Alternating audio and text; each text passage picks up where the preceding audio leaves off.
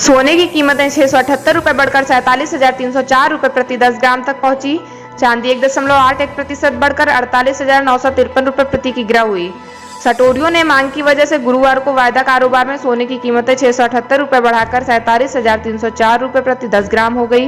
दूसरी तरफ वायदा कारोबार में चांदी की कीमत 1.81% बढ़कर 48,953 रुपये प्रति किलोग्राम हो गई। ट्विटर पर किसी भी पोस्ट को रीट्वीट करने से पहले किया जाएगा अलर्ट।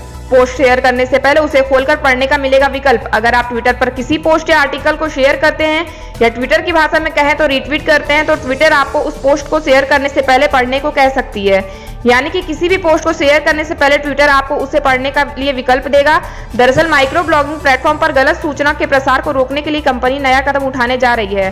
ट्विटर एक नए फीचर की टेस्टिंग कर रहा है। इस फीचर में यूजर को किसी भी लेख वाले ट्वीट को अपने हैंडल पर रीट्वीट करने से पहले ऑप्शन दिया जाएगा कि क्या वो उसे पढ़ना चाहता है। किसानों को मोदी सरकार की बड़ी राहत, लोन चुकाने की अवधि बढ़ी, फसलों की एमएसपी में भी बढ़ोतरी।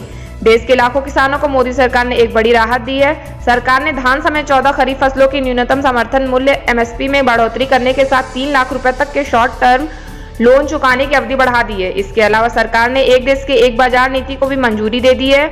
इससे किसान देश में कहीं भी अपनी फसल को बेच सकेंगे। पहले किसानों को अपनी फसल केवल एग्रीकल्चर प्रोडक्ट मार्केट कमेटी की मंडियों में ही बेचने की बाध्यता थी, लेकिन अब यह बाध्यता खत्म हो जाएगी। सरकार का दावा है कि इससे किसानों की आय बढ़ेगी।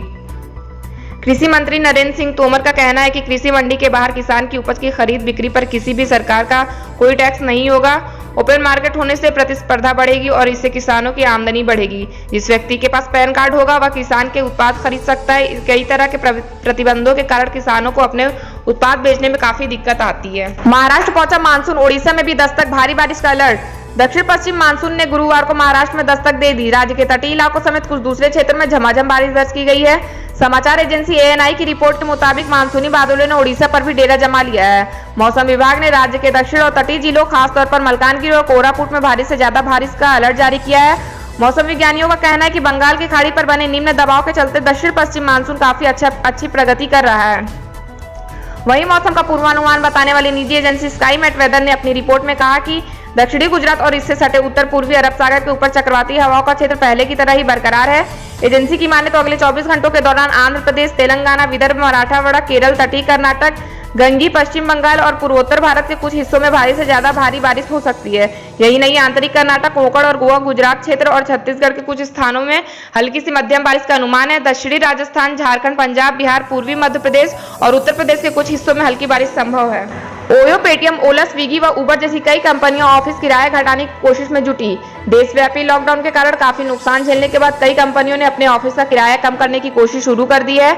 इन कंपनियों में देश की प्रमुख ऐप आधारित टैक्सी सेवा कंपनियां, फूड डिलीवरी कंपनियां, आतिथ्य क्षेत्र की कंपनियां और मिड स्टेज की स्टार्टअप कंपनियां भी शामिल हैं। कंपनियों के अधिकारियों और रियल एस्टेट डेवलपर्स के मुताबिक कंपनियां अपने किराए में औसतन 1/3 की कमी करना चाह रही है। कंपनियां रेंट एग्रीमेंट, रिन्यूएबल क्लाउजेस और किराया बढ़ोतरी जैसे मुद्दों पर फिर से निगोशिएशन कर रही है।